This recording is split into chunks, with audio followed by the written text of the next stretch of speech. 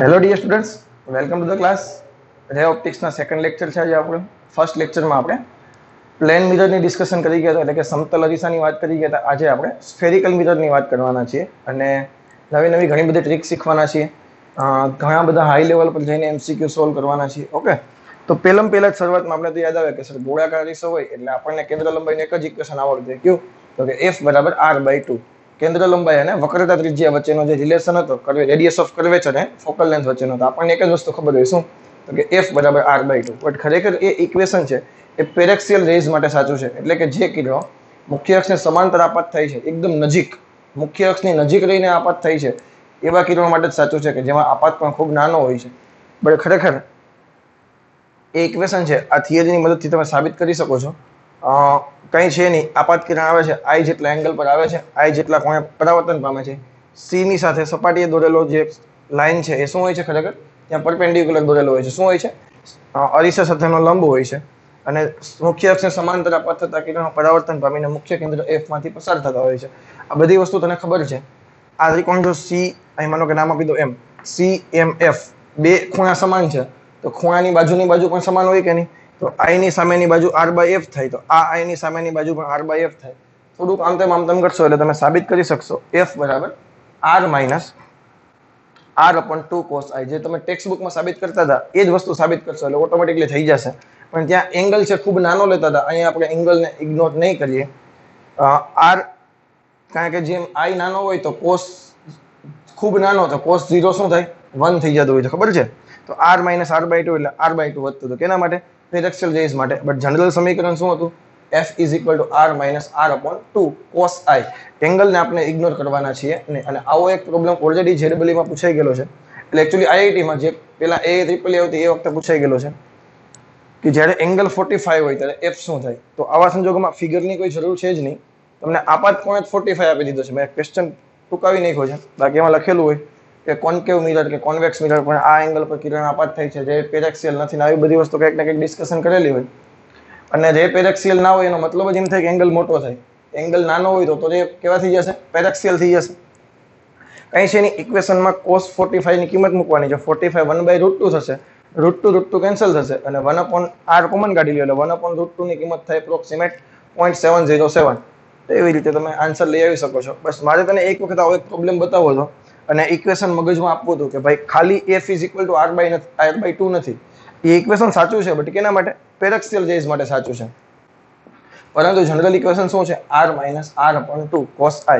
તો એક વખત આપણા મગજમાં ઇક્વેશન હોવું જોઈએ. તો હવે આના પછી જે છે એ સ્ફેરિકલ મીટરના મોસ્ટ IMP પ્રોબ્લેમ. હું તને 1/v + 1/u બરાબર 1/f શીખવા માટે અહીં નથી આવ્યો. એ તો તમે 10મા ધોરણમાં શીખી ગયા છો. આપણે જે લેવલ ખરેખર નીટ અને JEE માં પૂછાય છે એના પર ડિસ્કશન કરવાની છે.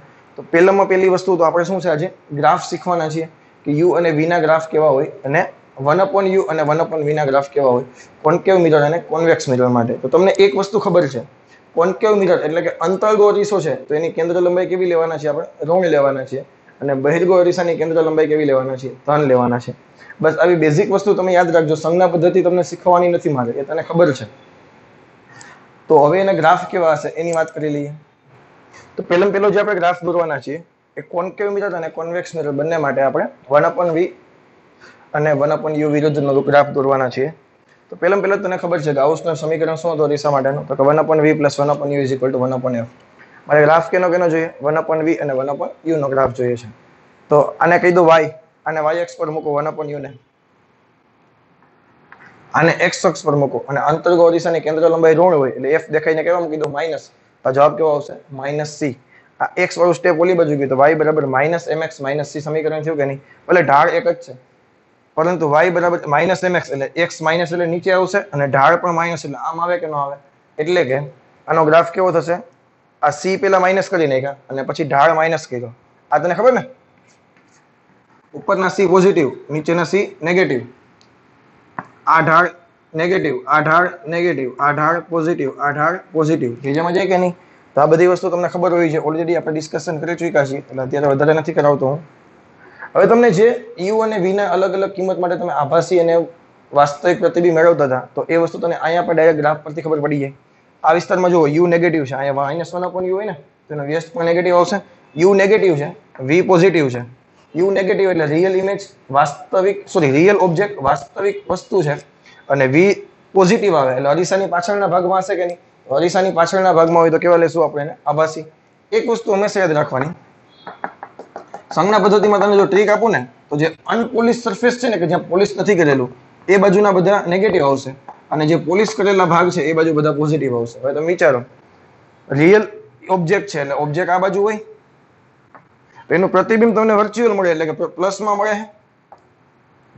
આ કેસ છે તો અહીંયા થશે એવી રીતે આમાં યુ નેગેટિવ અને વી નેગેટિવ, તો કે રિયલ ઓબ્જેક્ટ અને રિયલ ઇમેજ. એવી રીતે અહીંયા યુ પોઝિટિવ વી નેગેટિવ, તો કે રિયલ ઓબ્જેક્ટ છે, ઇમેજ કેવી ઓબ્જેક્ટ કેવો છે? પોઝિટિવમાં વર્ચ્યુઅલ છે એટલે કે આભાસી છે, પરંતુ પ્રતિબિંબ કેવું આવે છે? એનું વાસ્તવિક આવે છે. ક્લિયર છે? તો બસ આવા ધીમે ધીમે સિમ્પલ કેસ હોય છે. ગ્રાફ કેવી રીતે બને એ અગત્યનું છે. યુવી તો તને ખબર જ છે, તમે ટેબલ બનાવીને પણ તમે શીખી શકો છો. હવે કોન્વેક્સ મિરર માટે એફ કેવા છે? ધન છે. તો અહીં y plus x is equal two C. X વાળું સ્ટેપ ઓલી બાજુ જવા દે, તો સી કેવા થઈ ગયા? અહીંયા પોઝિટિવ, અહીંયા સી કેવા થઈ ગયા? નેગેટિવ. ઢાળ તો હજી નેગેટિવ જ છે કે નહીં? તો બસ એ જ વસ્તુ મેં અહીંયા બતાવી છે. Virtual image, virtual object, real object, virtual image. એના પછી તમે વિચારી લેજો. તો બસ આ 1/v અને 1/u નો ગ્રાફ હતો. હવે હું તને v અને u નો ગ્રાફ શીખવાડું છું. ઓકે, હવે ગ્રાફ દોરવાના છે v અને u નો ગ્રાફ. તો હવે છે ને હું તને ટ્રીક શીખવાડું છું કેવી રીતે ગ્રાફ દોરવાનો હોય. આપણને એક વસ્તુ ખબર હોવી જોઈએ કે કોન્કેવ મિરર છે એટલે કે અંતર્ગો અરીસો છે તેની કેન્દ્ર લંબાઈ ઋણ છે, અને બહિર્ગો અરીસો છે તેની કેન્દ્ર લંબાઈ કેવી છે? ધન છે. હવે ટ્રીક બહુ સિમ્પલ છે, સમજી વિચારીને યાદ રાખજો. આપણે એફ ઋણ કરવાના છીએ. આપણે શું કરવાના છે? એફ ને ઋણ કરવાના છે. તો હું શું કરું છું, એક એફ જેટલું અંતર ઋણમાં આ બાજુ લખી નાખું છું, અને એક એફ જેટલું અંતર ઋણમાં આ બાજુ લખી નાખું છું. કોઈ પણ અંતર માટે તમે આ બાજુ -f દર્શાવી દો, અહીંયા -f દર્શાવી દો. બંને અક્ષ ઉપર -f કરવાના છે. આમાં માટે એફ કેવા છે? ધન છે. તો ધન અક્ષિસ એક ઉપરની છે ને એક આ બાજુની છે, તો એમાં એક એફ જેટલું અંતર લખી નાખો, અને એક એફ જેટલું અંતર અહીં લખી નાખો. ક્લિયર છે? એ બંનેમાંથી એક અક્ષ પસાર કરી દો. એક અક્ષ આ થઈ ગઈ, એક અક્ષ આ થઈ ગઈ. એવી રીતે અહીંયા તો કે એક આ અક્ષ આ થઈ ગઈ અને એક અક્ષ આ થઈ ગઈ. બસ કામ પતી ગયું છે. હવે એક આ નાનો એવો ભાગ બને ને, એક એમાંથી આવી રીતે પસાર કરો, અને એક આ મોટો ભાગ બને ને, પણ એમાં ધ્યાન રાખવાનું છે વચ્ચેના ઉગમ બિંદુમાંથી કર્વ પસાર કરવાનો છે. ભાઈ જમા ગયું? અહીંયા જો, તો એક ઉગમ બિંદુ વાળો કર્વ આ પસાર થશે, એક આ થશે અહીંથી આમ. આ તમારા ગ્રાફ થઈ ગયા. કાંઈ ખબર પડી? સિમ્પલ ફરીથી બતાવું છું. આ -f, આ -f, એ બે લાઈન, એક ગ્રાફ અહીંયા આવી ગયો અને એક ઉગમ બિંદુમાંથી પસાર થયો. આના માટે આ +f, આ +f, એક ગ્રાફ અહીંયા આવી ગયો અને એક ગ્રાફ અહીંયા આવી ગયો. આ સિમ્પલ ટ્રીક હતી. તો બસ અત્યારે હું ગ્રાફનું એનાલિસિસ કરતા નથી શીખવાડતો, બાકી હું તને એનાલિસિસ કરીને પણ બતાવું કે જો અનંત અંતર હોય અહીંયા તો પ્રતિબિંબ f આગળ મળે. એક વસ્તુ હંમેશા યાદ રાખજે, આ જે પોઈન્ટ છે ને, ખરેખર તમે ધ્યાનથી વિચારો ને, આ પોઈન્ટ એક્ઝેક્ટ એંગલ કેટલાનો? 45 એંગલ વાળું જે પોઈન્ટ છે ને, એ તમને c નું સ્થાન આપે. કેનું સ્થાન આપે? c નું. એટલે કે વસ્તુ અંતર અને પ્રતિબિંબ અંતર બંને કેવા હોય? એક જ હોય. અને કેટલા હોય? 2f જેટલા. ક્લિયર છે? તો આવો એક MCQ પૂછાઈ ગયેલો છે. એ MCQ કંઈક આવો હતો. આમાં પેલા ગ્રાફમાં કોઈ પ્રોબ્લેમ નથી ને? ખબર પડી કે નહીં? શું કરવાનું? આના માટે પેલા -f ડ્રો કરી લેવાના, પછી બે લાઈન ને પછી એક કર્વ, +f ડ્રો કરી લેવાના, પછી બે લાઈન અને પછી બે કર્વ. ક્લિયર કે નહીં? તો અંતર્ગો અરીસા અને બહિર્ગો અરીસા માટેના 1/v 1/u અને v અને u ના ગ્રાફ સિમ્પલ મેં તને ડ્રો કરાવી દીધા છે. કયો પ્રોબ્લેમ પૂછાઈ ગયેલો છે એની વાત કરાવી દઉં. ઓકે, એક સિમ્પલ નાનો એવો પ્રોબ્લેમ છે કે તને v અને u નો ગ્રાફ આપેલો છે કોન્કેવ એટલે કે અંતર્ગો અરીસા માટે. તમારે p બિંદુ માટે કેનું સ્થાન જોઈએ છે? વેલ્યુ ઓફ v, પ્રતિબિંબ અંતરનો સ્થાન જોઈએ છે. તો હું તને એમ કહી દઉં, વસ્તુ અંતરનું સ્થાન પૂછે તો પણ તને ખબર પડી જાય કે 45 ના એંગલ માટે જે p બિંદુ તને મળે છે, જે ગ્રાફને ક્રોસ કરે છે, એ તને કયું બિંદુ હોય છે? c અને c. એટલે કે આ અંતર કેટલું હોવું જોઈએ? 2f અને 2f. ક્લિયર છે? હવે તને એમ પણ કહી શકે આ પ્રોબ્લેમમાં કે કોન્કેવ મિરર એની કેન્દ્ર લંબાઈ તને આપેલી હતી 15 સેન્ટીમીટર, તો v કેટલા થશે? 30 સેન્ટીમીટર. ક્લિયર કે નહીં? તો તને ખબર પડી ગઈ p બિંદુ માટે v કેટલા થશે? 2f, અને u પણ કેટલા થશે? 2f. અથવા તમે એમ કહી દો કે આ બિંદુના જે યામ છે એ કેટલા થશે? 2f. આવડે કે ના આવડે? બસ આવો એક પ્રોબ્લેમ હતો. હું થોડુંક વધારે તને ડીપમાં લઈ જાઉં છું. બે બિંદુની વાત કરાવું છું. એક બિંદુ આ છે અને એક બિંદુ આ છે. આને નામ આપી દો P1 અને આને નામ આપી દો P2. તો P1 અને P2 ની થોડી કમ્પેરિઝન કરાવું છું. P1 માટે તમે જુઓ, u નાના છે, v મોટા છે. P1 માટે તમે જુઓ, v કેવા છે? u કરતા મોટા છે. એટલે કે વસ્તુ અંતર કરતા પ્રતિબિંબ અંતર મોટું છે તો મોટાવાની કેવી આવશે m બરાબર -v/u પરથી માઇનસ નિશાની થોડીક વાર ભૂલી જા તો તને મોટાવાની કેવી આવશે પ્લસ આવશે કે નહીં તો તને મેગ્નિફાઈડ ઇમેજ મળશે ઝૂમ કરીને તને ઇમેજ મળશે પ્રતિબિંબ કેવું હશે વસ્તુ કરતા મોટું હશે પેજામાં જઈ કે નહીં અને P2 બિંદુની વાત કરું તો બસ આમાંથી કદાચ ગમે એવા પ્રોબ્લેમ પૂછે તને ખબર પડી જશે કે u છે એ આટલા બધા છે અને v છે એ નાના એવા છે તો u છે એ ગ્રેટર ધેન v છે એટલે કે મોટાવાની કેવી મળશે તને લેસ ધેન 1 મળશે આમાં ગ્રેટર ધેન 1 મળતી હતી તો આમાં તને ઓબ્જેક્ટ સ્મોલ ઇમેજ કેના કરતા ઓબ્જેક્ટ કરતા ઇમેજની સાઇઝ કેવી હશે સ્મોલ હશે તો ક્લિયર છે બસ મિરર માટેના જે ગ્રાફ હતા એની વાત કરાવી દીધી મિરર ફોર્મ્યુલા બધી વસ્તુ તને ખબર જ છે જો એક વખત રિમાઇન્ડ કરાવી દઉં છું કે 1/v + 1/u બરાબર 1/f અને આના પરથી તમે થોડુંક સાદું રૂપ આપો તો v નું સમીકરણ શું આવતું હતું uf/u - f ડાયરેક્ટ આજે આ જ વસ્તુ યુઝ કરતા હોઈએ છીએ વિથ સાઇન સંજ્ઞા સાથે વાત કરવાના છીએ આપાત કિરણની દિશાના બધા અંતરો ધન લેવાના આપાત કિરણની વિરુદ્ધ દિશાના અંતરો ઋણ લેવાના ઉપરના ધન નીચેના ઋણ એ બધી વસ્તુ તને ખબર છે અંતર્ગો અરીસાની કેન્દ્ર લંબાઈ ઋણ બહિર્ગો અરીસાની કેન્દ્ર લંબાઈ ધન હવે પેરેક્સલ જે એની બંને બાજુ ઓબ્જેક્ટ અને ઇમેજ બંને એક જ બાજુ હોય તો મોટાઓની તને કેવી મળે પ્લસ મળે એટલે કે મેગ્નિફિકેશન તને પ્લસ મળે અને ઓબ્જેક્ટ અને ઇમેજ બંને પેરેક્સલ જે એની ઓપોઝિટ સાઈડ હોય તો આપણે મેગ્નિફિકેશન કેવું મળે માઇનસમાં મળે ક્લિયર છે હવે આવા પ્રોબ્લેમ તો એક્સપેક્ટ નથી કરતા આપણે કેવા કે માત્ર v અને u વાળા પ્રોબ્લેમ તો નીટની એક્ઝામમાં એક્સપેક્ટ નથી કરતા એટલા માટે ઓલરેડી 10માં શીખીને આવ્યા છો તો મેગ્નિફિકેશનના જે પ્રોબ્લેમ છે એમાં પણ transfer magnification and axial magnification અક્ષીય મોટાવણી અને રેખીય મોટાવણી તો આ બે મોટાવણીના પ્રોબ્લેમ આવવાની શક્યતા વધારે છે જો સ્ફેરિકલ મિરર પૂછવું હોય તો અને એમાં પણ આપણું બ્રહ્માસ્ત્ર છે ટ્રાન્સવર્સ મેગ્નિફિકેશન રેખીય મોટાવણી તને આવડશે તો એક્સિયલ મોટાવણીમાં હું તને શોર્ટકટ આપીશ આ આવડી ગઈ તો એક્સિયલ મોટાવણી બહુ એટલે બહુ સિમ્પલ છે હું તને સિમ્પલ એવું એક ટ્રીક આપીશ એ ટ્રીકની મદદથી કેવી રીતે આપણે પહેલામાં પ્લેન મિરર મોશનમાં હતા મિરર ગતિમાં હતા તને image of mirror velocity of mirror આપી દે વેલોસિટી ઓફ ઓબ્જેક્ટ આપી દે તો velocity of image with respect two tick tick tick ચાર કેસો હતા VIO યાદ આવે VIM VI અને VIO તો ચાર ઓપ્શન હતા તો ચારે ચાર કેસ આમાં પણ આવવાના છે જેવી રીતે પ્લેન મિરરમાં જોઈ ગયા એવી જ રીતે સ્ફેરિકલ મિરરમાં આવવાના છે એમાં પણ જરૂર કેની પડશે એમાં પણ મેગ્નિફિકેશનની જ જરૂર પડશે જ્યાં પેલામાં VIM માં આપણે SRT ટેકનિક યુઝ કરી હતી અહીંયા આપણે ટ્રાન્સવર્સ મેગ્નિફિકેશનની હેલ્પ લેવાના છે તો જ્યારે રેખીય મોટાવણીનું સમીકરણ તમે યુઝ કરો ને ત્યારે આખું સમીકરણ યુઝ કરો ફરીથી બોલું છું જ્યારે રેખીય મોટાવણીનું ઇક્વેશન સોલ્વ બોલું ને ત્યારે આખું સમીકરણ લખવાનું અને એમાં જોઈ લેવાના કેટલા ડેટા છે કેટલા ડેટા નથી બહુ ઈઝી થઈ જશે MT ટ્રાન્સવર્સ મેગ્નિફિકેશન HI/HO પ્રતિબિંબની ઊંચાઈ છેદમાં વસ્તુ ઊંચાઈ is equal two -v/u is equal two f/f - u બધી જ કિંમત એક સાથે આપણે લખવાના છીએ ક્લિયર કે નહીં તો આના એક્ઝામ્પલ કરાવું એટલે તને વધારે આઈડિયા આવશે હું તને વસ્તુ અંતર પ્રતિબિંબ અંતર વાળા એક્ઝામ્પલ નથી કરાવતો કારણ કે તમે તમારી જાતે કરી શકો છો 10મા ધોરણમાં શીખીને આવ્યા છો હું તને ટ્રાન્સવર્સ મેગ્નિફિકેશનના MCQ કરાવું છું જેથી તને ખબર પડે કે બ્રહ્માસ્ત્ર આપણે કઈ જગ્યાએ વાપરવાનું છે તે મસ્ત પ્રોબ્લેમ છે a concave mirror of focal length concave mirror એટલે અંતર્ગો અરીસો આપણે આપેલો છે ઓફ ફોકલ લેન્થ 15 સેન્ટીમીટર કેન્દ્ર લંબાઈ કેટલી આપેલી છે 15 બટ અંતર્ગો અરીસા માટે કેન્દ્ર લંબાઈ કેવી લખી નાખી આપણે ઋણ ફોર્મ ઇમેજ ઓન સ્ક્રીન ઉપર એક ઇમેજ બનાવે છે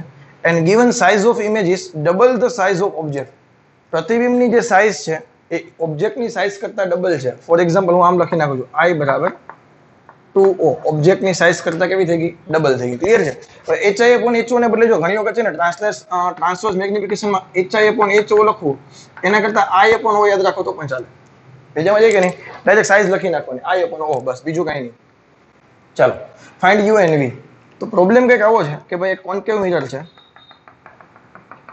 ફોકલ લેન્થ 15 સેન્ટીમીટર સ્ક્રીન ઉપર ઇમેજ બનાવે છે તો સ્ક્રીન આ બાજુ તો કઈ મુકાય નહીં કારણ કે વર્ચ્યુઅલ ઇમેજ હોય આભાસી ઇમેજ તો સ્ક્રીન એ તો પાછળના ભાગમાં મૂકે તો કે સ્ક્રીન ત્યાં તો રખાય નહીં તો સ્ક્રીન આપણે કઈ બાજુ રાખવાના છીએ આ બાજુ એટલે કે હવે આને તમે જોઈન્ટ કરો તો માનો કે અહીંયા કંઈક વસ્તુ પડી છે કઈ છે O સાઇઝની તો સ્ક્રીન આ બાજુ હોય તો પ્રતિબિંબ આ બાજુ હંમેશા કેવું મળે તને ઉલટું પ્રતિબિંબ મળે યાદ કરો તો આપણે એમ લખી નાખીએ આ ઇમેજ છે કઈ છે I આના કરતા કેવી છે ડબલ છે તો હવે ટ્રાન્સવર્સ મેગ્નિફિકેશન ઇક્વેશન યુઝ કરો ચાલો શું હતું તો કે HI/HO - V/u F upon f minus you, જેટલા ડેટા હોય ને એક સાથે મૂકી દેવાના. હવે ઉપરના પ્લસ લખશું, નીચેના કેવા લખશું? માઇનસ. તો અહીં શું થઈ ગયું? અને તને ખબર છે I બરાબર શું છે? 2O. ક્લિયર કે નહીં? તો શું થઈ ગયા? 2O બટ કેવા? માઇનસ છેદમાં ઓબ્જેક્ટ HO ને બદલે મેં O લખી નાખ્યા, બીજું કઈ નથી કર્યું.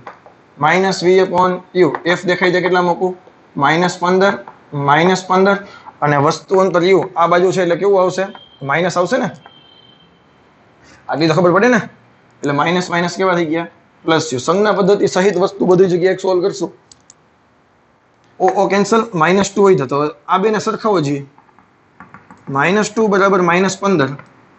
-15 પ્લસ યુ, બે બાજુ માઇનસ માઇનસ પ્લસ કરી નાખો. ચાલો આ બાજુ ગયા -30 પ્લસ 2u બરાબર 15. 30 ઓલી બાજુ ગયા 2u બરાબર 45. તો u બરાબર કેટલા આવશે? 22.5 સેન્ટીમીટર. અને તને શું આ તો પ્લસ આવ્યા? પ્લસ એટલા માટે આવ્યા ઓલરેડી સંજ્ઞા મૂકી દીધી. અહીં ગોખતા નહીં કે સંજ્ઞા મૂકવી કે ન મૂકવી. સંજ્ઞા મૂકશો તો જવાબ પ્લસમાં આવશે, નહીં મૂકો તો જવાબ માઇનસમાં આવશે. માઇનસનો મતલબ એમ થાય હરી આ બાજુ જ છે. બીજામાં જાય કે નહીં, ગોખવું નહીં આ બધી વસ્તુ. ઘણા બધા લોકોને કન્ફ્યુઝન હોય છે કે સર અમે તો સંજ્ઞા પદ્ધતિમાં ખબર નથી પડતી, ક્યારેક મૂકીએ છીએ ક્યારેક નથી મૂકતા. મૂકો કે ના મૂકો? મૂકો તો બધી જગ્યાએ મૂકીને એવી રીતે પ્રેક્ટિસ કરો. ના મૂકો તો એક જગ્યાએ મૂકવી જ નથી, જવાબમાં સેટિંગ કરશો આપણે. બીજામાં જાય કે નહીં, ગોખતા નહીં એક વસ્તુ. ચાલો હવે આ બેની કમ્પેરિઝન કરો. ચાલો આ યુ તો મળી ગયા કે નહીં? હવે અહીંથી તને વી મળી જશે. જો -2 બરાબર માઇનસ આ -v લખ્યા, વાય નિશાની સહિત મૂક્યા, યુ નિશાની સહિત મૂકું -u. વી પણ આ બાજુ છે, યુ પણ આ બાજુ છે. ક્લિયર? તો આ માઇનસ માઇનસ પ્લસ થઈ ગયા, આ માઇનસ માઇનસ પ્લસ થઈ ગયા. તો 2 બરાબર v અપોન યુ. તો v બરાબર કેટલા થશે? 2u એટલે કે 22.5 ના ડબલ 45 સેન્ટીમીટર. ક્યાં કઈ છે આમાં? આવડે કે ન આવડે? મૂકો તો બધી વસ્તુ જગ્યાએ નિશાની સહિત મૂકશો. ઇક્વેશનમાં પણ યાદ રાખશો, ટ્રાન્સવર્સ મેગ્નિફિકેશનના ઇક્વેશનમાં બધી જ વસ્તુ નિશાની સહિત મૂકવી આપણે. ક્લિયર કે નહીં? બધી જગ્યાએ બસ સેમ પ્રેક્ટિસ પાડીએ. ચાલો આપણે નિશાની સહિત બધી જગ્યાએ વસ્તુ મૂકશું. ક્લિયર છે? તો હજી આવા 3-4 પ્રોબ્લેમ સાદા સાદા કરાવી દો તો બધી જ વસ્તુ આપણી ટ્રાન્સવર્સ મેગ્નિફિકેશન છે, આપણું બ્રહ્માસ્ત્ર છે, એ આવડશે એટલે પાછળનું આખું સ્ફેરિકલ મિરર આવડી જશે. ભેજામાં જઈ કે નહીં? ઓકે, સેમ્પલ માટે એક હું તને જે વસ્તુ સમજાવતો હતો કે ભાઈ તમે વસ્તુ અંતર અને પ્રતિબિંબ અંતર સંજ્ઞા સહિત મૂકશો તો જવાબ પોઝિટિવ આવશે અથવા તો નેગેટિવ આવશે. એવી જ રીતે જો સંજ્ઞા સહિત નહીં મૂકો તો જવાબ એવી રીતે આવવાનો છે. ક્લિયર કે નહીં? તો હું તને એક વખત સાબિત કરીને બતાવી દઉં કે શું થાય છે. ગયા વખતે આપણે શું કર્યું હતું કે કેસ આપણો આવો હતો, રિયલ ઓબ્જેક્ટ અને રિયલ ઇમેજ. ક્લિયર કે નહીં? તો આના માટે આપણે વસ્તુ અંદર મૂકીને ટ્રાય કરી હતી તો જવાબ તમારો પોઝિટિવ આવતો હતો. કારણ કે ખરેખર બંને તમે જુઓ તો યુ આ બાજુ નેગેટિવ આવવા જાય અને વી આ બાજુ નેગેટિવ આવે, છતાં પણ આપણે બંને આન્સર કેવા આવતા હતા? પ્લસ. એટલા માટે કે આપણે સંજ્ઞા સહિત કરતા હતા. સંજ્ઞા સહિત ના કરીએ તો શું થાય? હવે એટલા માટે મેં આવા દાખલામાં સંજ્ઞા યુઝ નથી કરેલી, એક વખત તને બતાવવા માટે. એટલે ગોખણ પટ્ટી આપણી બંધ થઈ જાય. અંતર્ગો અરીસાની કેન્દ્ર લંબાઈ 30 સેન્ટીમીટર છે તો f બરાબર -30 તો લખવા જ પડશે. કોન્કેવ મિરર છે. ક્લિયર છે?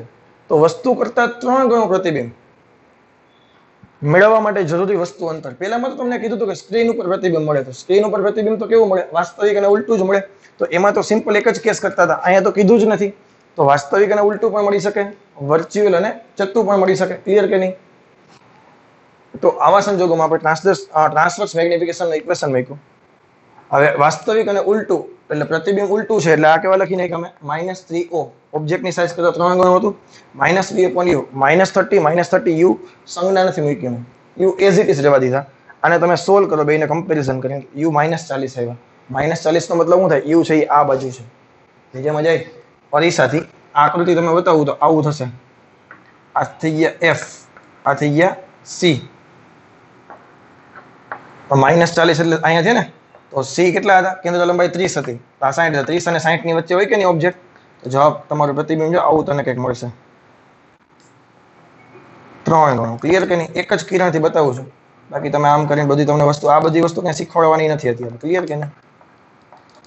ચાલો આભાસી અને ચત્તુ. તો તને ખબર છે અંતર્ગો અરીસાના કિસ્સામાં આભાસી અને પ્રતિબિંબ ચત્તુ ક્યારે મળે? ધ્રુવ અને મુખ્ય કેન્દ્રની વચ્ચે હોય તો f અને p ની વચ્ચે હોય તો જ. તો જવાબ તને ખબર પડી જાય 30 કરતા નાનો જ આવે તો જ આભાસી અને ચત્તુ. કેન્દ્ર લંબાઈ કરતા ઓછા અંતરે મૂકવી પડે કે નહીં? હવે એ જ વસ્તુ મેં અહીંયા કરી, પણ અહીં જો કેવા કરી નાખ્યા? 3o. માઇનસ નથી મૂક્યા. શા માટે? ચત્તુ પ્રતિબિંબ છે એટલે ઉપરના ભાગમાં જ આવશે, ઓબ્જેક્ટની સાથે જ આવશે. અને આનો તમે પ્રતિબિંબ મેળવો તો આવું પ્રતિબિંબ તમને ખબર છે આવે. આ માનો કે f હોય એફ કેટલા હતા? 30 હતા. તો ઓબ્જેક્ટ કેટલા આવ્યો? 20 આવ્યો. એટલે અહીંયા આવ્યો કે નહીં? અને આનો તમે પ્રતિબિંબ મેળવો તો તમારે શું કરવું? પાછળના ભાગમાં લંબાવવું પડે. પ્રતિબિંબ તમને અહીંયા કેટલા અંતર આવશે? સપોઝ કે અહીંયા ક્યાંક આવતું હતું અને તમે આને આવી રીતે પ્રતિબિંબ મેળવતા હતા. એ અત્યારે હું તને કંઈ શીખવતો નથી, તને ખબર જ છે. 2 મિનિમમ કિરણો જોઈએ. મુખ્ય અક્ષને સમાંતર પસાર કરો તો મુખ્ય કેન્દ્રમાંથી પસાર થાય, અને ધ્રુવમાંથી પસાર કરો તો ધ્રુવમાંથી સીધું નીકળી જાય. બેયને પાછળના ભાગમાં લંબાવો એટલે તમારું પ્રતિબિંબ આવે. ક્લિયર કે નહીં? તો બસ આ વસ્તુ એ જ મગજમાં નાખવાનું છે. યુ અને વી ની ગોખવાના નથી. સંજ્ઞા મૂકશો તો જવાબ એ પ્રમાણે આવશે, સંજ્ઞા નહીં મૂકો તો જવાબ એ પ્રમાણે આવશે. ક્લિયર કે નહીં? 2 મીટર વાળો સરસ મજાનો પ્રોબ્લેમ, અને સ્ફેરિકલ મિરરમાંથી ઘણો બધો ટફ કહી શકાય એવો પ્રોબ્લેમ છે. બહુ સિમ્પલ છે, પણ છોકરાઓ ઘણી બધી જગ્યાએ ભૂલ કરે છે. અને આપણી જે ટ્રાન્સવર્સ મેગ્નિફિકેશન વાળું બ્રહ્માસ્ત્ર હતું એનાથી એક લાઈનમાં કેલ્ક્યુલેશન આવી જશે તારું. આ બહુ વધારે મથવું પડશે નહીં, પરંતુ ધ્યાન રાખીને આપણે ચાલવાના છીએ. Consider first reflection at M1. પહેલું પ્રતિબિંબ આપણે M1 પાસે લેવાના છે, and then second at M2 and obtain final image. Final image જોઈએ છે મને 2 અરીસ આપેલા છે. પેલો M1 છે, બીજો M2 છે. બંને મિરર વચ્ચેનું સેપરેશન કેટલું છે? 50 સેન્ટીમીટર. એક mm ની એક વસ્તુ છે કે જે પેલા મિરરથી 30 સેન્ટીમીટર દૂર રાખેલી છે. ક્લિયર છે? તો હવે હું છે ને પેલા મિરર માટે વાત કરું છું. તો પેલા મિરર માટે જો અનપોલિશ સરફેસ છે એ માઇનસ છે, પ્લસ પોલિશ સરફેસ છે એ પ્લસ છે. ચળકાટ ધરાવતી સપાટી કેવી છે? પ્લસ છે. અને આ કેવી થઈ ગઈ? માઇનસ. એટલે આ બાજુના બધા માઇનસ લખી નાખું તો યુ માઇનસ થઈ ગયા, કેન્દ્ર લંબાઈ એફ માઇનસ થઈ ગઈ. ભેજામાં ગયું ઉપરનું છે એટલે 1 mm પ્રતિ વસ્તુની ઊંચાઈ 1 mm પ્લસ લખીશ તો mt બરાબર hi1 ને બદલે મેં ખાલી i1 લખી નાખ્યું. hi/ho ને બદલે હું લખી નાખ્યા i1/o1. થોડુંક ટાઈમ બચાવવા માટે કેલ્ક્યુલેશન તમારી હાથ સામે છે, પણ હું તને સમજાવી દઉં છું. -v1/u1 f1/f1 -u1. હવે સંજ્ઞા પદ્ધતિ સહિત જોજે. i1 માટે જોઈએ, ખબર નથી. o1 ઉપર છે એટલે 1 mm. માઇનસ v1 ખબર નથી, u1 કેટલા છે?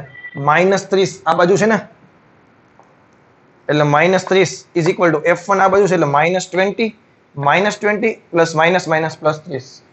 આનું તમે સાદું રૂપ આપો. 10 માંથી 20 જાય તો 30 માંથી 20 જાય તો કેપિટ પ્લસ 10 એટલે કે -2 જવાબ આવ્યા. હવે આ બેની કમ્પેરિઝન કરાવો તો 1 mm ત્યાં ગયા તો i1 બરાબર -2 mm અને v1 આ -30 અને -2 પ્લસ 60. આ નિશાની પેલી બાજુ જવા દે એટલે -60.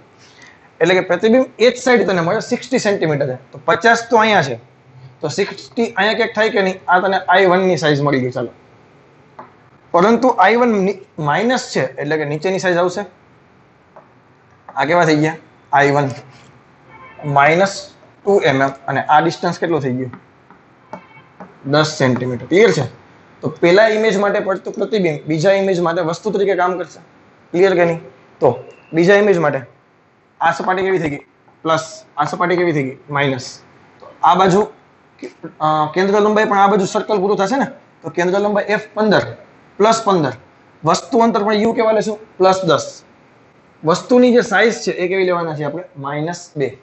તો i2 ના છેદમાં -2 mm is equal two -v2 ના છેદમાં +10. આ બાજુ છે એટલે +10. f એ 15 ના છેદમાં -10. બધી વસ્તુ ખબર પડી ગઈ? આ પેલી બાજુ જાવ, i2 બરાબર -6 આવ્યા, v2 બરાબર -30 આવ્યા. એટલે કે પ્રતિબિંબ આ બાજુ મળશે 30 સેન્ટીમીટર અંતરે. એટલે કે આનાથી 30 સેન્ટીમીટર અંતર એટલે અહીંયા ક્યાંક થયું. આ 20, આ 30 હતું, આ 20 હતું. તો હવે પાછું આ કેટલું થઈ ગયું? 30 સેન્ટીમીટર અંતર. અને સાઈઝ કેવડી આવી? -6. આ કેવી થઈ ગઈ? -6 mm. કાંઈ છે આમાં? થોડી પ્રેક્ટિસ કરો તો આવડે કે ન આવડે? બસ સારા પ્રોબ્લેમ પ્રેક્ટિસ કરવાની છે. ખાલી VU શોધવાનો પ્રોબ્લેમ હોય એની પ્રેક્ટિસ કરવાની છે નહીં. કે 2 કે 3 એક્ઝામ્પલ તમે સંજ્ઞા પદ્ધતિ સહિત કરી નાખો એટલે મગજમાં બેસી જાય અને એમાં કોન્ફિડન્સ લેવલ વધી જાય. પછી એમાં બીજું કાંઈ હોતું નથી. તો આવા સારા પ્રોબ્લેમ છે એની સીટમાંથી પ્રેક્ટિસ કરવાની છે.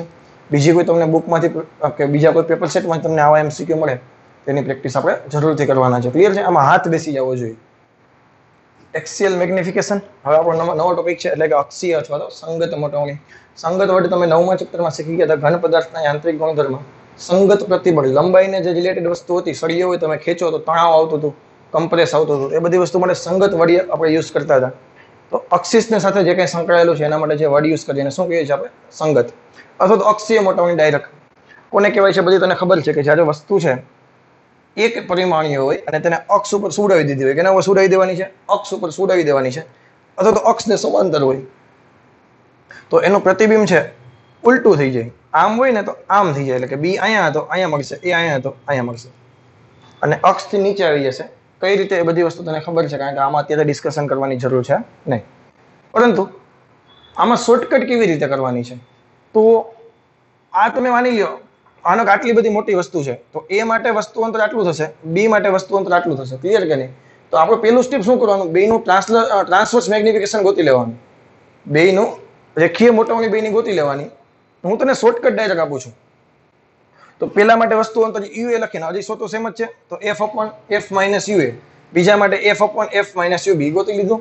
પછી એક્સિયલ મોટાઓની બીજું કઈ નથી, એક્સિયલ મોટાઓની એટલે એ અને બી ની રેખીય મોટાઓનીનો બેનો ગુણાકાર. એની જે કઈ ટ્રાન્સવર્સ મેગ્નિફિકેશન આવે, બી ની જે કઈ ટ્રાન્સવર્સ મેગ્નિફિકેશન આવે, બેનો મલ્ટીપ્લાય કરી નાખો એટલે તને એમ એક્સિયલ મળી જાય. તમે શું કરતા હતા, એમ ટી બરાબર શું લખતા હતા, H I upon H O, અથવા તો આઈ અપોન ઓ કહો તો એમ ટી બરાબર આઈ ટી ના છેદમાં ઓટી લખતા હતા. આઈ ટ્રાન્સવર્સ એટલે કે રેખીય લંબાઈ, સોરી રેખીય ઊંચાઈના સ્વરૂપમાં તમે લખતા હતા. તો અહીંયા એમ એક્સિયલ બરાબર એચઆઈ અપોન એચઓ જ છે, બટ અહીંયા કેના સ્વરૂપમાં છે, એક્સિસના સ્વરૂપમાં છે. કેના સ્વરૂપમાં છે, એક્સિસના સ્વરૂપમાં. તો અને વસ્તુની સાઈઝ માનો કે 6 સેન્ટીમીટર આપેલી હોય, તો પ્રતિબિંબની સાઈઝ કેટલી થાય જોતી હોય, તો શું કરવાનું, પ્રતિબિંબની સાઈઝ ઇક્વલ ટુ વસ્તુની સાઈઝ ઇન્ટુ મોટાઓની. પેલામાં શું કરતા હતા, પ્રતિબિંબની ઊંચાઈ જોતી હોય તો શું કરતા હતા, વસ્તુની ઊંચાઈ ઇન્ટુ મોટાઓની. તો અહીંયા એવી રીતે સેમ એ જ કોન્સેપ્ટ છે, બટ એક્સિયલ માટે છે. શોર્ટકટ તને ખબર પડી કે સ્ટેપ આપણે એમટીએ, એમટીબી અને બેનો મલ્ટીપ્લાય. પરંતુ નીટમાં મોસ્ટલી જે પ્રોબ્લેમ આવે છે એમાં કેવું હોય છે, વસ્તુ અંતરની સાપેક્ષે, હું જે બોલું તો ધ્યાનથી સાંભળજે, વસ્તુ અંતરની સાપેક્ષે વસ્તુની લંબાઈ ખૂબ નાની હોય છે. ફોર એક્ઝામ્પલ, આ 12 સેન્ટીમીટર છે, આ 2 મિલીમીટર છે, આ 120 મિલીમીટર છે, આ 2 મિલીમીટર છે. તો આવા સંજોગોમાં તમે વિચારો, યુએ અને યુબી માં કઈ જાજો ફરક નથી. એક માટે 120 છે, તો એક માટે 122 છે, કઈ જાજો ફરક છે નહીં. તો યુએ અને યુબી એપ્રોક્સિમેટ તમે સેમ લઈ લો, તો એમટીએ અને એમટીબી એપ્રોક્સિમેટ સેમ થાય. તો આવા સંજોગોમાં બે મોટાઓનીનો વર્ક કરી નાખવો પડે કે નહીં ડાયરેક્ટ? તો આ એની શોર્ટકટ છે. ભેજામાં જાય કે નહીં? તો શોર્ટ લિનિયર ઓબ્જેક્ટ હોય, ટૂંકા એવા રેખીય અંતર માટે ડાયરેક્ટ શોર્ટકટ યુઝ કરશું, અને બાકી એના માટે આ એકદમ મગજમાં બેસી જશે. હું તને બે પ્રોબ્લેમ કરાવું, ગેરંટીથી તને આ બધી વસ્તુ મગજમાં બેસી જશે. મેં તને પહેલા જ કીધું હતું કે ટ્રાન્સવર્સ મેગ્નિફિકેશન આપણું બ્રહ્માસ્ત્ર છે. હવે પાછળના સ્ફેરિકલ મિરરમાં બધે જ આપણે એની જરૂર પડશે. ઓકે, લાબ લાબ લાબ લાબ લાબ. ઓકે, એચસી વર્માનો પ્રોબ્લેમ છે, અને એક જ પ્રોબ્લેમથી હું તને ટ્રાન્સવર્સ અને એક્સિયલ કેવી રીતે કરી શકાય હું તને શીખવાડું છું. આપણને એવું કીધું છે કે અંતર્ગો દિશાની કેન્દ્ર લંબાઈ 15 સેન્ટીમીટર છે, વસ્તુ અંતર 20 સેન્ટીમીટર છે. એમાં એક વસ્તુ છે 1 mm નું એક ચોરસ સ્ક્વેર છે, 1 mm નો સ્ક્વેર છે. તને ખબર પડી જવી જોઈએ આ 200 mm છે, ત્યારે 1 mm છે. તો સ્મોલ ઓબ્જેક્ટનો કેસ છે, આ સ્મોલ લિનિયર ઓબ્જેક્ટનો કેસ છે. ભેજામાં જાય કે નહીં? ન ખબર પડી. આ 20 સેન્ટીમીટર છે, આ 1 mm છે, તો સ્મોલ લિનિયર ઓબ્જેક્ટનો કેસ છે કે નહીં? તો પહેલું સ્ટેપ તો શું હતું, એમટી ગોતવાનું. એમટી ગોતો, ચાલો શું થશે, F upon f minus you. હવે યુ એ કરો કે યુ બી કરો, બધું સેમનું સેમ જ છે.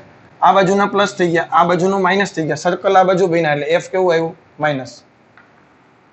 -15 માઇનસ યુ છે નિશાની સહિત મૂકો, આ બાજુ છે એટલે -20.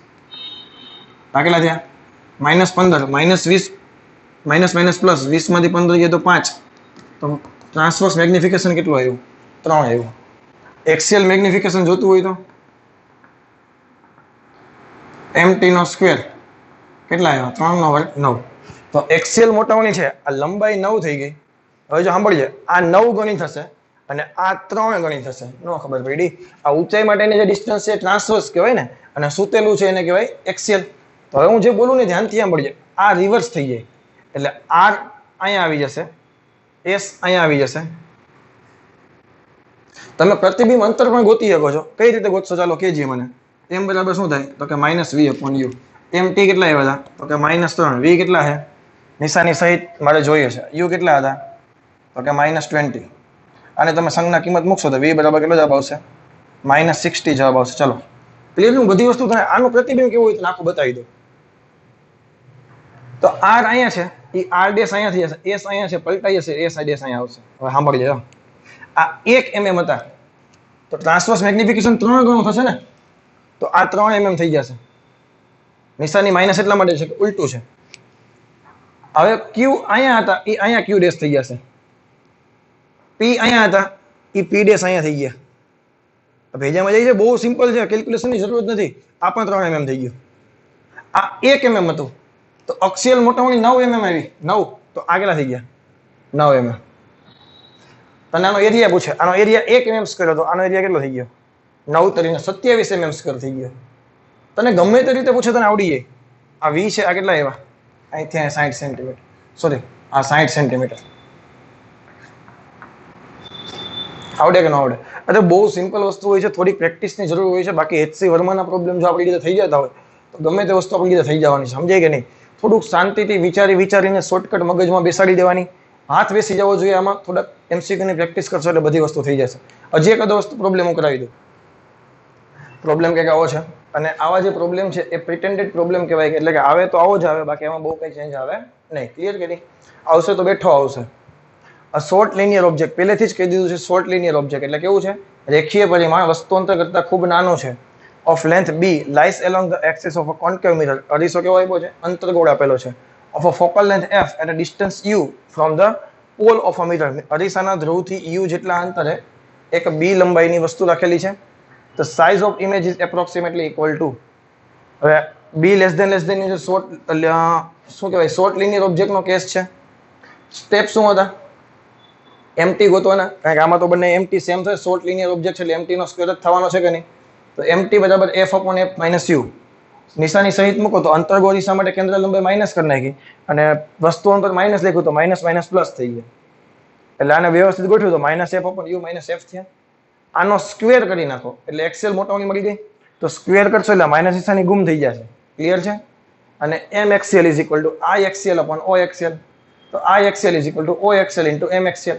oxl દેખાઈને b મૂકી દો, f/u - f નો સ્ક્વેર. કદાચ MCQ માં આવવું હોય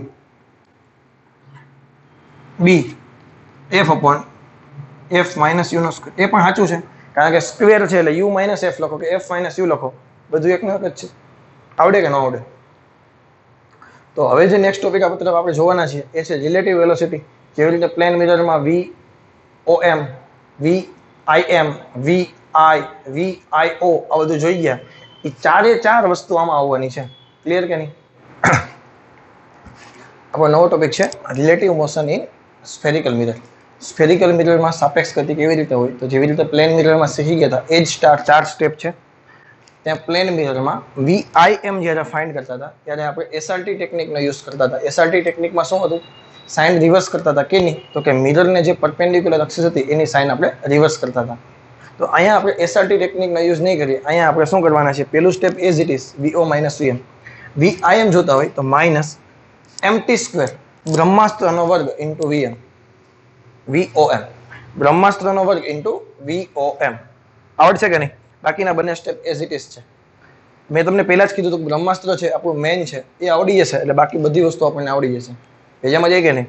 તો આ સમીકરણ તમને ખબર છે વિકલન કરીને આવે છે, બટ આને આપણે 1/v + 1/u = 1/f વિકલન કરીને કરો એટલે થઈ જાય. બટ આપણે આ યાદ રાખવું જ નથી. આની આપણે કંઈ જરૂર છે નહીં. એટલે આના પર મેં ચોકડી જ મારી દઉં છું. કદાચ તમે આ રીતે કરતા હોય તો પણ તમે હવે આ રીતે નહીં કરો એક વખત આ ટેકનિક જોઈ ગયા પછી.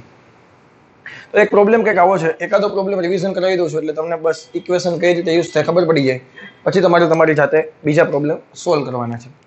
કે ભાઈ એક સ્ફેરિકલ મિરર છે, કોન્કેવ છે, કે ફોકલ લેન્થ આપેલી છે તમને 12 સેન્ટીમીટર. મિરર 4 સેન્ટીમીટર/સેકન્ડ થી આમ જાય છે. ઓબ્જેક્ટ 2 સેન્ટીમીટર/સેકન્ડ થી આમ જાય છે. સ્ટાર્ટિંગમાં બંને વચ્ચેનું ડિસ્ટન્સ હતું 18 centimetre. Velocity of image with respect two object તમારે ફાઇન્ડ કરવાની છે.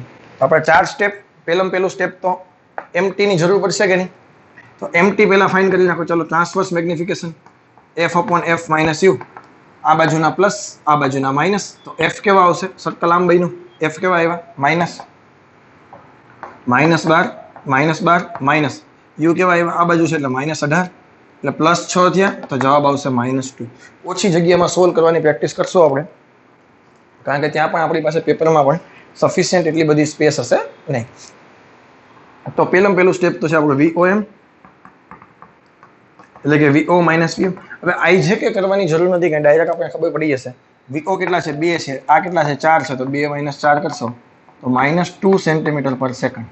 બીજું સ્ટેપ આવશે VIM -mt² VOM.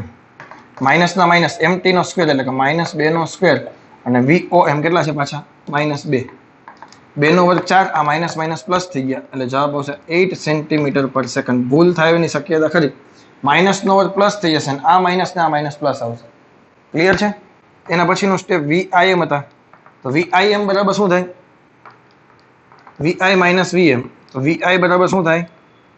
VIM plus VM. VIM કેટલા આવ્યા હતા? 8. VM કેટલા હતા? 4. તો 8 ને 4 કેટલા થઈ ગયા? 12 સેન્ટીમીટર પર સેકન્ડ. અને VIO જોતા હોય તમારે, તો VI minus VO, 12 minus VO એટલે કેટલા હતા? 2. તો જવાબ તારો આવશે velocity of image with respect two object. જવાબ આવશે તમારો 10. પેજામાં જઈ કે નહીં? તને ગમે તે વસ્તુ આમાંથી પૂછી કેમ ના લે, મેક્સિમમ VIM પૂછવાની શક્યતા વધારે છે. Velocity of image with respect two mirror. Mirror ઉપર બેસીને ઇમેજનું ઓબ્ઝર્વેશન કરો તો વેલોસિટી તમને કેટલી જોવા મળે? આ વધારે પૂછાય, પણ છેલ્લે લગીને પૂછાય તો આપણને હવે આવડી જશે. ક્લિયર કે નહીં? તો બસ સ્ફેરિકલ મિરરના ટોપિકમાં આટલું છે.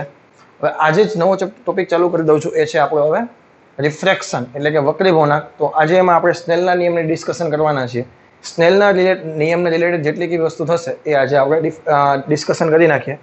પછી નેક્સ્ટ લેક્ચરથી આપણે મેઇનલી મેજર વસ્તુ કે જે પૂછાય છે એમાંથી મોસ્ટ ઓફ MCQ, તો હવે આના આજના લેક્ચર પછીમાં, એટલે કે ખરેખર હવેથી ચાલુ થાય છે. મિરરમાંથી પ્રોબ્લેમ આવી શકે તો મેક્સિમમ એક આવી શકે, 2 તો ક્યારેય નહીં આવે. સમજાય કે નહીં? પ્લેન મિરર કે સ્ફેરિકલ મિરર મેક્સિમમ એક પ્રોબ્લેમ આવી શકે, આવે તો. બાકી હવે જે કંઈ વસ્તુ આજથી અત્યારથી આપણે શીખવાના છીએ એ આપણે ખૂબ અગત્યની છે. એમાંથી MCQ બનવાની શક્યતા ઘણી બધી વધારે છે. તો વક્રીભવનનો પહેલામાં પહેલો જે IMP ટોપિક આપણો ચાલુ થાય છે એ છે સ્નેલનો નિયમ. N1 sin θ1 બરાબર N2 sin θ2. બટ મારી કંઈક લખવાની સ્ટાઇલ અલગ છે, એટલે હું જનરલી મ્યુ sin θ બરાબર અચળ લખતો હોઉં છું. કારણ કે ઘણા બધા માધ્યમનો કેસ આવે છતાં એમાં પણ મ્યુ sin θનો રેશિયો છે એ કેવો રહેવાનો છે? મ્યુ ઇન્ટુ sin θ કોન્સ્ટન્ટ જ રહેવાના હોય છે. તો આવા ઘણા બધા માધ્યમ છે. પાતળામાંથી ઘટમાં જાય કે ઘટમાંથી પાતળામાં જાય તો શું થાય તમને ખબર છે? પાતળામાંથી ઘટમાં જાય છે તો લંબ તરફ બેન્ડ વળશે, અને ઘટમાંથી પાતળામાં જશે તો લંબથી દૂર તરફ જાય છે.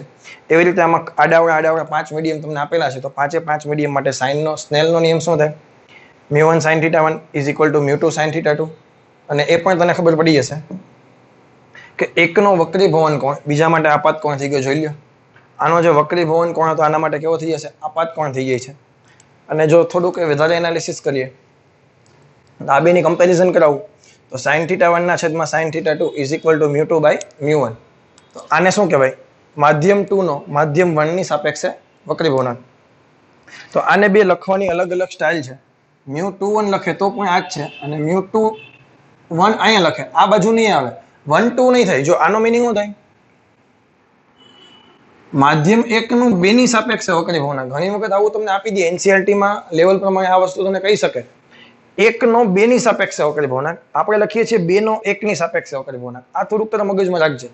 પછી બીજી એક વસ્તુ, માધ્યમમાં પ્રકાશનો વેગ છે એ મ્યુમાં ભાગનો થઈ જાય છે. એટલે મ્યુ અને બંને એકબીજાના વ્યસ્ત પ્રમાણમાં છે. તો V મીડિયમ જતું હોય તો C બાય તારે મ્યુ કરવા પડે. પ્રકાશનો વેગ શૂન્ય અવકાશમાં હોય એને માધ્યમના વક્રીભવનાંક વડે ભાંગી નાખો. એવી રીતે શૂન્ય અવકાશમાં પ્રકાશની તરંગ લંબાઈ જેટલી હોય એને માધ્યમના વક્રીભવનાંક વડે ભાંગી નાખો તો માધ્યમની તરંગ લંબાઈ મળી જાય. ફ્રીક્વન્સી છે એ કોન્સ્ટન્ટ રહેશે. ફ્રીક્વન્સી છે ક્યારેય બદલશે નહીં, કારણ કે ફ્રીક્વન્સી છે એ ઉદ્ગમના લક્ષણો છે. ઉદ્ગમ કેવું છે એના ઉપર ફ્રીક્વન્સી ડિપેન્ડ કરે છે, માધ્યમ સાથે કંઈ લેવા દેવા છે નહીં. તો ગમે તે માધ્યમમાં પ્રકાશ જાય, સિમ્પલ ભાષામાં કહું ને તો પ્રકાશનો કલર બદલાય નહીં. ફ્રીક્વન્સી કેની સાથે રિલેટેડ છે? કલર સાથે. તો કલર છે ક્યારેય બદલવાનો છે નહીં. સિમ્પલ ભાષામાં આવી રીતે કહી શકીએ આપણે.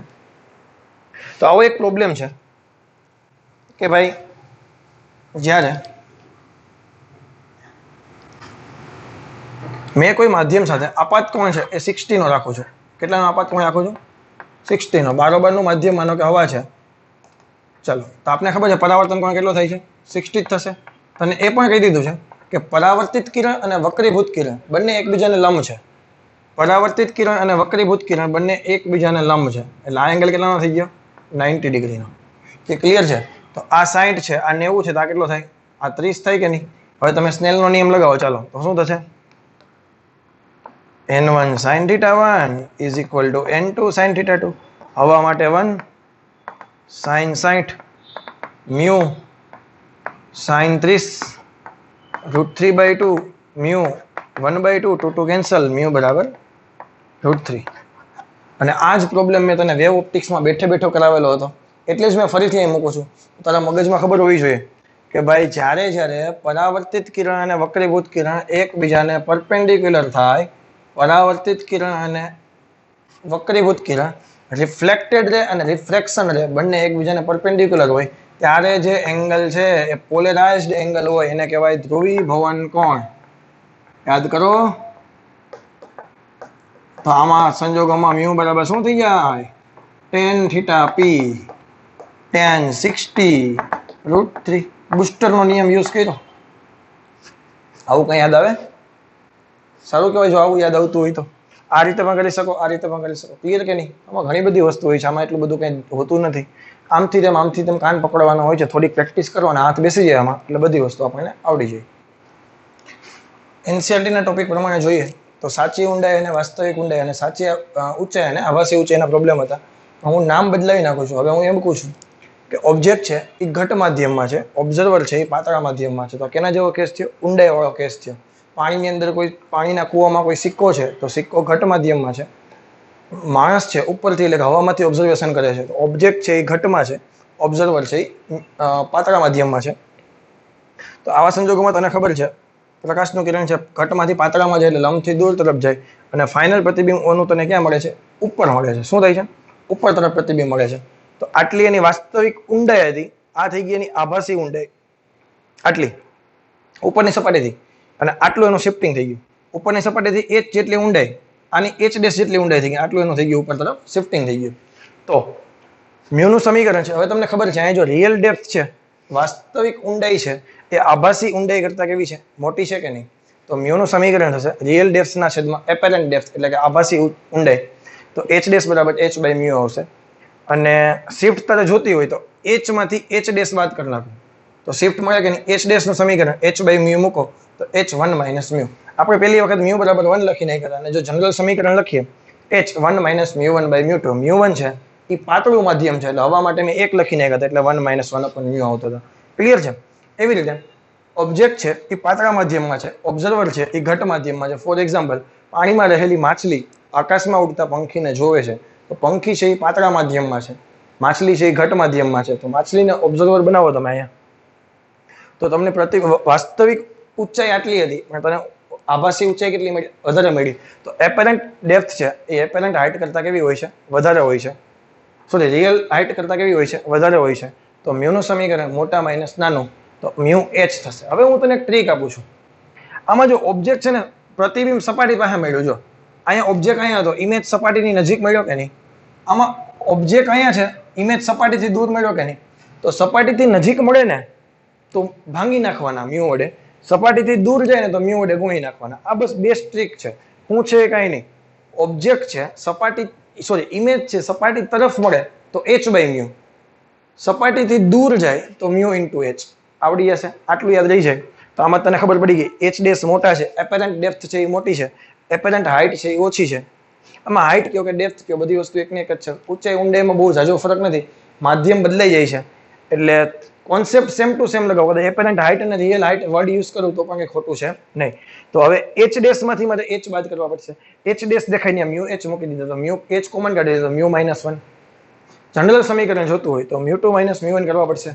પ્રોબ્લેમ કંઈક આવો છે, સરસ મજાનો પ્રોબ્લેમ છે. Find out height up to which, એવી હાઇટ જોઈએ કે જ્યાં સુધી લિક્વિડ ઓફ રિફ્લેક્ટિવ ઇન્ડેક્સ 4/3, વક્રી પૂર્ણાંક તમને આપી દીધો છે, કેટલો આવ્યો છે? 4/3, is field in a beaker of 21 centimetre. એક બીકર છે એની હાઇટ 21 સેન્ટીમીટર છે, એમાં ભરવાનું છે લિક્વિડ. 4/3 એટલે 100% પાણી જશે. આનો તને મ્યુ આપી દીધો છે, કેટલો આવ્યો છે? 4/3. બીકરની હાઇટ કેટલી છે? 21 સેન્ટીમીટર. કેટલી છે? Such beaker is observed from outside, બહારથી જોવાનું છે. એટલે કે ઘટ માધ્યમ બીકર છે, બારોબાર પાતળા માધ્યમમાંથી જોવાનું છે. એટલે કે અહીંથી ક્યાંકથી જોઈએ આપણે. હાલો, it is seen as half filled, અડધું ભરેલું જ તમને દેખાય. તો અડધું ભરેલું તમને દેખાય એવું તમને કીધું છે. આપણે એવું માની લઈએ કે ભાઈ મેં x જેટલું બીકર ભર્યું. કેટલું ભર્યું? x જેટલું બીકર ભર્યું. તો કેટલો ભાગ ખાલી રહેશે? 21 માઇનસ x. એટલે આ છે ને અડધો ભાગ છે. કેવો ભાગ છે? અથવા તમે કહી દો આ ખાલી ભાગ છે અને આટલો ભાગ છે એ ભરેલો ભાગ છે. પરંતુ હવે તમે ધ્યાનથી વિચારો ને તો ઉપરથી તમે ઓબ્ઝર્વ કરો એટલે તળિયું તમને ઉપર ખસેલું દેખાય. કેટલું ખસેલું દેખાય? તો કે તળિયું છે એ સપાટી તરફ જશે, ઇમેજ છે એ સપાટી તરફ જાય છે. તો હું લખું x માઇનસ મ્યુ. આ ખરેખર x ને બદલે કેટલા થઈ જશે? x minus mu. જેમાં ગયું x ને બદલે કેટલા થઈ જશે? x minus you. અને 21 માઇનસ એક્સ બંને સેમ ટુ સેમ થશે. બોલો હા ભાઈ, શા માટે? કારણ કે આ જેટલો ભાગ છે અને આ જેટલો ભાગ બે છે સેમ ટુ સેમ થાય તો જ અડધું ભરેલ દેખાય. અરે ના ખબર પડી. આ જેટલો ભાગ છે અને આ જેટલો ભાગ છે એ બે સેમ ટુ સેમ હોય તો જ અડધું ભરેલું દેખાય. તમે ભર્યું તો કેટલું એકચ્યુઅલી એક્સ જેટલું, પરંતુ વક્રી ભવનાંકને કારણે એની આભાસી ઊંચાઈ ઊંડાઈ કેટલી થઈ ગઈ? એક્સ માઇનસ મ્યુ થઈ ગઈ. ભેજામાં જાય. હવે તમે આ બેને કમ્પેરિઝન કરો તો મ્યુ દેખાય ને 4/3 મૂકો તો 3 ઉપર વહી ગયા. આને તમે સોલ્વ કરી નાખો.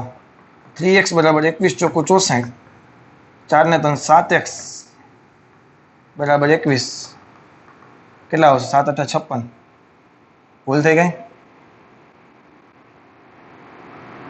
4/3 3x/4 21 ચોખ્ખું 84 થાય ને.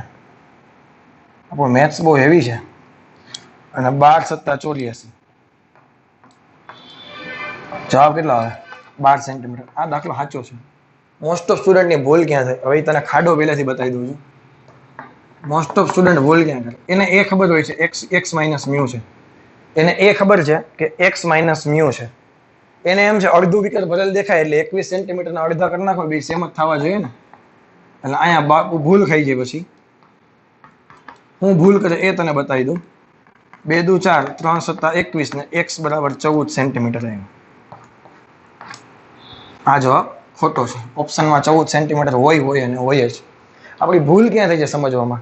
તમે પાણી ભરી દો છો તો પાણી તને અડધું દેખાય છે, પણ ઉપરથી તું ઓબ્ઝર્વેશન કરે છે ત્યારે, બહારથી ઓબ્ઝર્વેશન કરેલ ત્યારે. પરંતુ ખરેખર અડધું ક્યારે હોય છે? એ જે x/μ હોય છે ને એના હિસાબે તને અડધું દેખાય છે. ના ખબર પડી? તમે ખરેખર જુઓ, તમે 21 સેન્ટીમીટરના અડધા એટલે તમે 10.5 ભર્યું. તમે 10.5 ભર્યું, તમે કેટલું ભર્યું? 12 સેન્ટીમીટર ભર્યું. શા માટે? કારણ કે થોડુંક તળિયું ઉપર આવ્યું હોય. અરે તમે ભરેલું કેટલું છે? 12 સેન્ટીમીટર. કારણ કે થોડુંક તળિયું કેવું આવે? ઉપર આવે ત્યારે બે લેવલ થઈ શકે. 50-50% અડધું ભરેલું અડધું ખાલી દેખાય. આ ભેજામાં જાય છે મારી વાત. શા માટે? કારણ કે વક્રી ભવનાંક, પાણીના વક્રી ભવનાંકને કારણે તળિયું થોડુંક તને ઊંચું દેખાશે.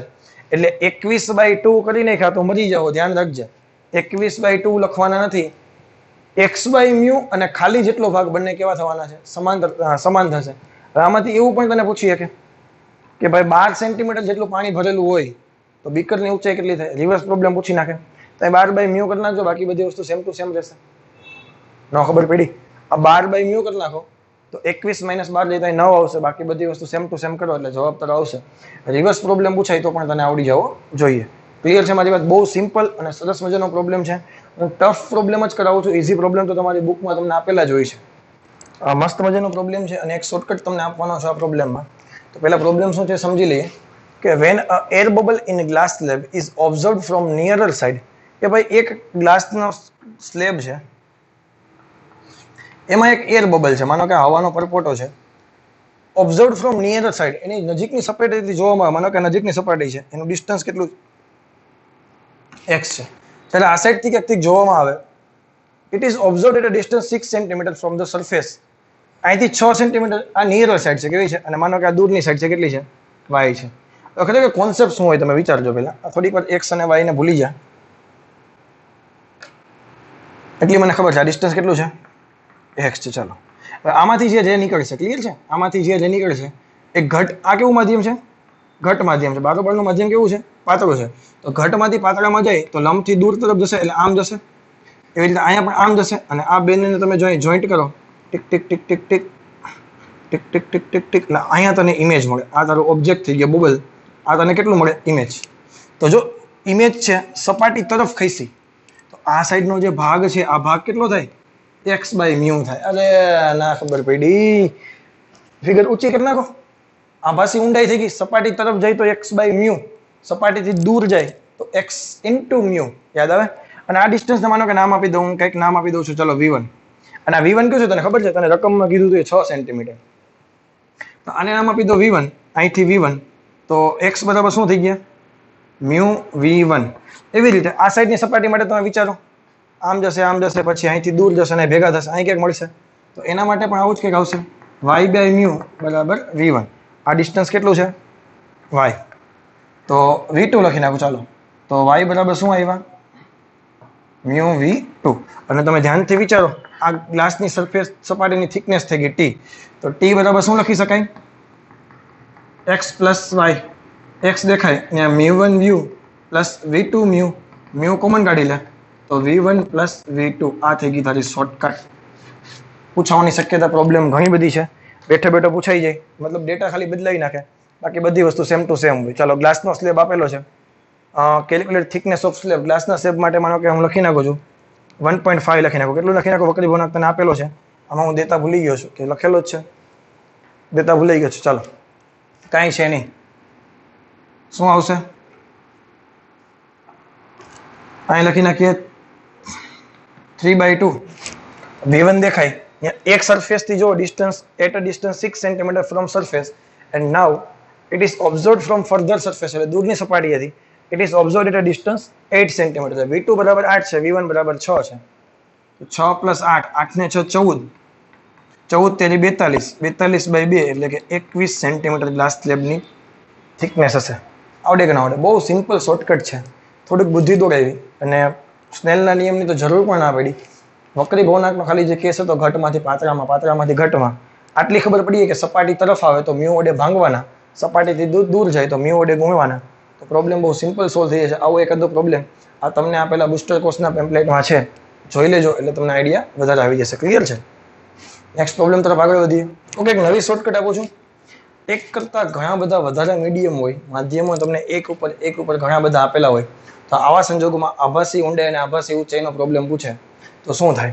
ફોર એક્ઝામ્પલ, ઓબ્જેક્ટ છે એ તળિયે છે અહીં ક્યાંક અને ઓબ્ઝર્વર ઉપરના કોઈ મીડિયમમાં છે. તો આનો માનો કે વક્રી ભવનાક મ્યુ છે, ખબર નહીં કેટલો છે તે. આવા સંજોગોમાં x object with respect to observer, મતલબ ઇમેજ ઓફ એન ઓબ્જેક્ટ. આ છે ને એક્સ છે ને પોઝિશન બતાવે છે. શું બતાવે છે? Image position of object with respect to observer. અથવા તમે એમ કહી દો image position of object, image position of object from surface. સરફેસથી તને અંતર આપશે, ઉપર મળી શકે અને નીચે પણ મળી શકે. એટલે ના ખબર પડી. અહીંથી તમે ચેક કરો છો, હવે તને ઇમેજની સ્થિતિ આપશે. કેની સાપેક્ષે? આ સપાટીથી કેટલું અંતર હશે ને ઉપર નીચે એ તને આપશે. સપાટીથી કેટલી નીચે ઇમેજ હશે એ તને બતાવવાનું છે. કેવી રીતે મળશે? તો એની શોર્ટકટ ડાયરેક્ટ યાદ રાખજે. મ્યુ ઓબ્ઝર્વર ક્યાંથી આવી એની તો ડિસ્કશન નહીં કરીએ. મ્યુ ઓબ્ઝર્વર કાઉન્સમાં x1/μ1 વત્તા x2/μ2 વત્તા x3/μ3. આ બીજા મજા કે નહીં? શોર્ટકટ તને આનો મિનિંગ શું થાય પહેલા તો આને વાંચતા શીખી જાય. ઓબ્ઝર્વરની સાપેક્ષે ઇમેજની પોઝિશનનું ડિસ્ટન્સ. આ ઓબ્જેક્ટ મેં અહીંયા લખ્યું એટલા માટે કે ઓબ્જેક્ટની ઇમેજનું જે અંતર આવશે એ તને બતાવશે. ખબર પડી? ઓબ્ઝર્વરની સાપેક્ષે ઇમેજની, કેની ઇમેજ? તો કે ઓબ્જેક્ટની ઇમેજની સ્થિતિ.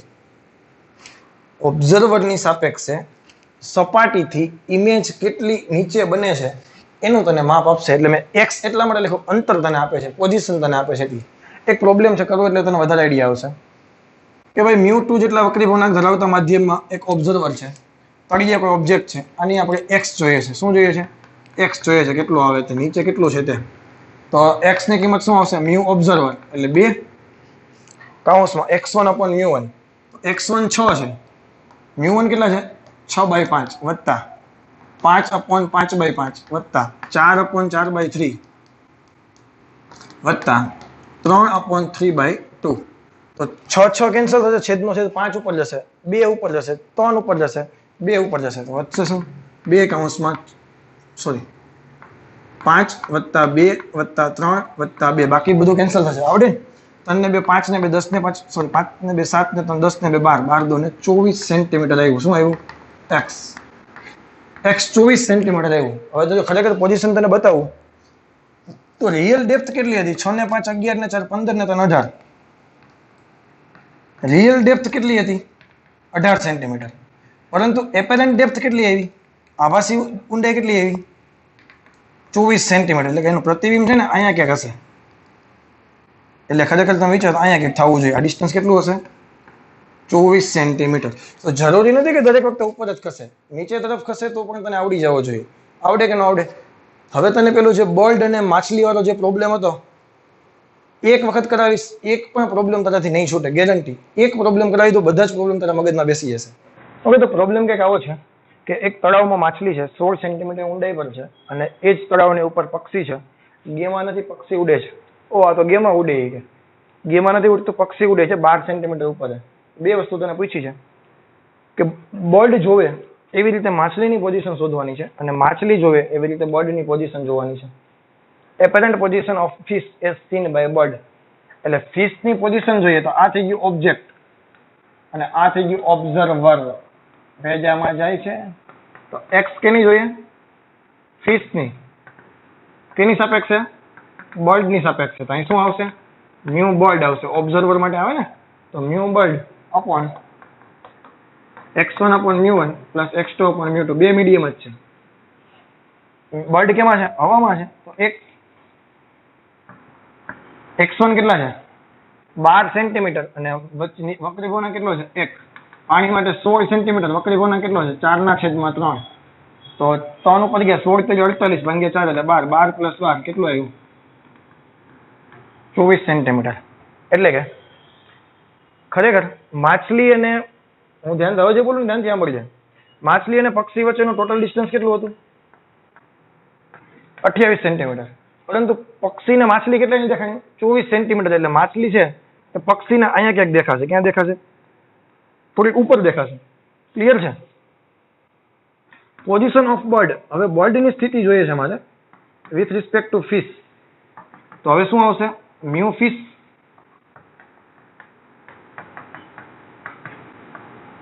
આભાર મ્યુ ફિશ માધ્યમમાં 4/3. આ તો એઝ ઇટ ઇઝ આવશે ને x1 બાય મ્યુ. આમાં કોઈ ફેર નહીં થાય તો 12 ને 12 24 લખી નાખો અહીંયા છે. તો 3 × 8 = 24 ને 8 × 32 સેન્ટીમીટર. ખરેખર ડિસ્ટન્સ કેટલું હતું? 28. તો માછલી ને પક્ષી અહીંયા નહીં દેખાય. માછલી ને પક્ષી અહીંયા દેખાશે 32. એટલે પક્ષી એને થોડુંક ઉપર દેખાશે. માછલી ને પક્ષી ઉપર દેખાશે. પક્ષી ને માછલી ઉપર દેખાશે. માછલી ને પક્ષી ઓરિજિનલ પોઝિશન કરતા ઉપર દેખાશે. પક્ષી ને માછલી અહીંયા કરતા એને પણ ઉપર દેખાશે. ભેજામાં જાય છે. તો આવો તો ગમે તે પ્રોબ્લેમ હોય તમે ગમે તે કાચો ચાવી જવાના છો. ઘણાને માછલી જોઈને મન થતું હશે પણ આપણે એવું નહીં કરીએ. બીજી એક વસ્તુ આમાં તને વેલોસિટીના પ્રોબ્લેમ પણ આપી દે. નીટ લેવલે તો પૂછવાની શક્યતા ઓછી છે પરંતુ જેડબલ્યુ વાળા માટે એક ટિપ્સ આપી દો. તને એમ કે પક્ષી અહીંયા આવે છે આ બાજુ 4 ની સ્પીડથી, માછલી છે 2 ની સ્પીડથી ઉપર જાય છે. તો આ જ ઇક્વેશનને કાંઈ નથી કરવાનું, જસ્ટ ચેન્જ કરી નાખવાનું છે. કેવી રીતે? Mu observer into v1 by mu one વત્તા v2 બાય મ્યુ2. જેડબલ્યુ વાળા આવા પ્રોબ્લેમ તમે જોશો તો અહીં છે એની સિમ્પલ ટ્રીક. આને ચેન્જ કરી નાખવાનું v1 બાય મ્યુ1 વત્તા v2 બાય મ્યુ2. પ્રોબ્લેમ કરાવતો નથી પરંતુ એક વખત તમને જો આ પ્રોબ્લેમ દેખાય તો ટ્રીક મારી યાદ રાખજો મગજમાં. બધી વસ્તુ સેમ ટુ સેમ એક જ કોન્સેપ્ટ થાય છે. એટલે મેં તને જો આજના લેક્ચરમાં ઘણી બધી ટિપ્સ તને આપી દીધી છે, ઘણી બધી ટ્રિક્સ તમે શીખી ગયા, ઘણી બધા શોર્ટકટ તમે શીખી ગયા છો. તો ડાયરેક્ટ તમે વેલ્યુ MCQ જોશો તો ઘણો બધો તમારો ટાઈમ બચી જશે. જો કેલ્ક્યુલેશન લાંબુ કરશો તો ઘણી બધી આપણે વાર લાગશે. ક્લિયર છે? તો એક નાનો એવો ટોપિક સ્ફેરિકલ મિરરમાં બાકી છે. એ છે થિન મિરરનો. એટલે કે જાડો એવો અરીસો હોય. આપણી ઘરે જે અરીસો છે થિન મિરર જ કહીએ આપણે. એટલા માટે કે કાગળ ઉપર તો અરીસો છે નહીં, થોડોક એવો થિકનેસ વાળો અરીસો છે. તો એ અરીસાના કિસ્સામાં શું થાય એની તને વાત કરાવી દઉં. એમાંથી એને થિયરેટિકલ MCQ બની શકે છે વધારે. Concept of thick mirror. એટલે કે આપણી ઘરે આવો કોઈ જાડો અરીસો છે. આ એની પાછળની ચરકાટ ધરાવતી સપાટી. ક્લિયર છે? હવે અહીંયા કોઈ ઓબ્જેક્ટ છે તો એનું પેલું કિરણ આમ જાય તો આનું પ્રતિબિંબ ક્યાં મળે તને? અહીંયા કંઈક મળે કે નહીં? આ તારી આંખમાં જવું જોઈએ કે નહીં? પરંતુ આને તમે પાછળના ભાગમાં લંબાવો તો એની ઇમેજ છે એ ખરેખર અહીંયા નહીં દેખાય ને અહીંયા કંઈક આભાસી દેખાય ને, અંદરના ભાગમાં દેખાય એટલી તો ખબર પડે ને આપણે. તો એને અહીંયા ક્યાંક દેખાશે I1. આની જે બ્રાઇટનેસ છે ને, આની જે ઇન્ટેન્સિટી છે ને એ 9% હોય. કેટલી હોય છે? આ કિરણ માત્ર 9% જ બ્રાઇટ હોય છે, જે માણસ તમે જોઈ શકતો નથી. હું જે બોલું એ ધ્યાનથી સાંભળજે. આ ફર્સ્ટ રિફ્લેક્શન હતું, પેલું રિફ્લેક્શન હતું, પેલી સપાટી હતી, પેલું રિફ્લેક્શન હતું. એની ઇન્ટેન્સિટી કેટલી હતી? 9% બ્રાઇટ. આ માણસ જોઈ શકતો નથી. પાતળામાંથી ઘટમાં જાય લંબ તરફ, એટલે આવી રીતે કંઈક અહીંયા કંઈક જાય છે એવું માની લઈએ. અહીંથી ફરીથી રિફ્લેક્શન થશે, આ બીજી સપાટીથી રિફ્લેક્શન થાય છે, અહીંયા કંઈક માણસની આંખમાં જાય તો આનું જે પ્રતિબિંબ આવે એ I2 મળે. આની ઇન્ટેન્સિટી છે 91% બ્રાઇટ હોય. કેટલું હશે? 91% બ્રાઇટ હશે. અને આ મેક્સિમમ બ્રાઇટનેસ છે આનાથી તમને તેજસ્વી પ્રતિબિંબ તમને જોઈ શકો નહીં. સૌથી વધારેમાં વધારે પ્રતિબિંબ છે તેજસ્વી આ છે, પરંતુ માણસ આ પણ પ્રતિબિંબ જોઈ શકતો નથી. તને એમ કે મેક્સિમમ બ્રાઇટનેસ વાળું પ્રતિબિંબ ક્યારે મળે? તો કે સેકન્ડ રિફ્લેક્શન જ્યારે થાય ત્યારે. એ પ્રોબ્લેમ તને પૂછી શકે કે મેક્સિમમ બ્રાઇટનેસ વાળું તને પ્રતિબિંબ ક્યારે મળે? તો કે બીજું પ્રતિબિંબ છે એ મેક્સિમમ રિફ્લેક્શન વાળું છે, પરંતુ ઈ મારી આંખમાં જતું નથી. મારી આંખમાં કેવું જાય? અહીંયા ફરીથી રિફ્લેક્શન થઈ જાય. આ કિરણ આમ ગયું, અહીંયા ફરીથી રિફ્લેક્શન થાય. માનો કે કિરણ આમ જાય છે અને આ ત્રીજું કિરણ છે, એની ઇન્ટેન્સિટી જાય ત્રીજી વખત રિફ્લેક્શન થશે ને, આની જે ઇન્ટેન્સિટી હોય છે એ 81% બ્રાઇટ હોય છે. કેટલું હોય છે? 81% તેજસ્વી હોય છે. અને આ જે કિરણ છે આ જ કિરણ માણસની આંખમાં જતું હોય છે. તો તમને એમ કે થીક મિરર દ્વારા માણસની આંખમાં જતા કિરણ પ્રકાશની તીવ્રતા બ્રાઇટનેસ કેટલી હોય? તો કે 81%. એ 81% બીજું કંઈ નથી. શું છે? એ સેકન્ડ બ્રાઇટ છે. તમે જુઓ, આ ફર્સ્ટ બ્રાઇટ સૌથી મેક્સિમમમાં મેક્સિમમ બ્રાઇટનેસ અથવા સેકન્ડ મેક્સિમમ બ્રાઇટ તમે કહી શકો આને. આપણી આંખમાં કેવું જાય? Second maximum bright. એની તીવ્રતા કેટલી છે? 81%. મેક્સિમમ કોણ છે? તો કે સેકન્ડ રિફ્લેક્શન. બીજું રિફ્લેક્શન છે ને, આ ખરેખર સેકન્ડ બ્રાઇટ છે. રિફ્લેક્શન કેટલામું છે? થર્ડ રિફ્લેક્શન છે. બહુ કોમ્પ્લિકેટેડ વસ્તુ નથી કાંઈ. પેલું રિફ્લેક્શન 9%, બીજું રિફ્લેક્શન 81%, 91%, ત્રીજું રિફ્લેક્શન 81%. માણસની આંખમાં કેવું જાય? તો કે ત્રીજું, એટલે કે 81% વાળું. પણ ત્રીજું છે એ સેકન્ડ મેક્સિમમ બ્રાઇટ છે. થોડું ધ્યાનથી વિચારજે, કોમ્પ્લિકેટેડ ન કરી દીધા. બહુ સિમ્પલ વસ્તુ છે. પૂછાય તો આવીને આવી આવશે. આમાંથી કદાચ MCQ કોન્સેપ્ચ્યુઅલ બનાવી નાખે તો મોસ્ટ ઓફ સ્ટુડન્ટને ખબર જ નથી હોતી, કારણ કે કોઈ દિવસ એને સાંભળેલું જ નથી હોતું આવું. તો એક મગજમાં રાખજે, આવશે તો એક વખત IITમાં પ્રોબ્લેમ પૂછાઈ ગયેલો છે, એટલે હું તને કહું છું.